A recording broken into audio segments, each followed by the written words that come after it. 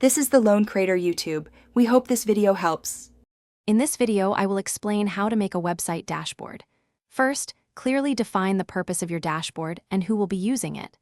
This initial step is crucial for a successful outcome. Next, identify the key performance indicators, or KPI, that directly align with your website's objectives. For example, you might track daily unique visitors, conversion rates, or bounce rates. Finally, sketch out a basic layout, deciding where each data visualization will reside. This planning phase sets a strong foundation. Now, let's talk about gathering your data. Select reliable data sources such as Google Analytics for website traffic or your customer relationship management system for sales figures. It is vital to ensure the accuracy and consistency of this data across all platforms.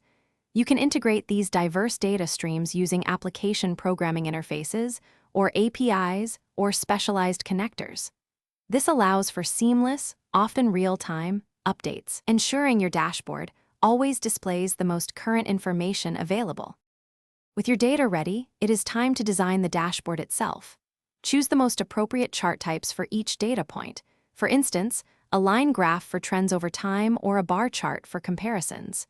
Maintain a consistent color scheme and use clear, concise labeling to enhance readability.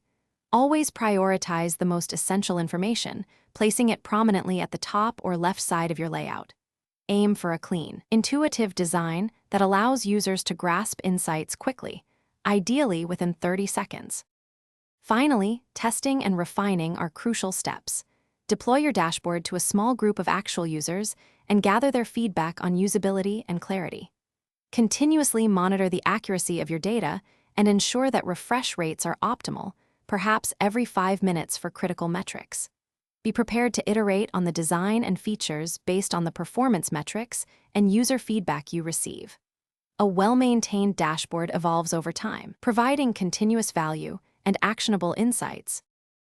Thanks for watching. Consider subscribing if we helped you.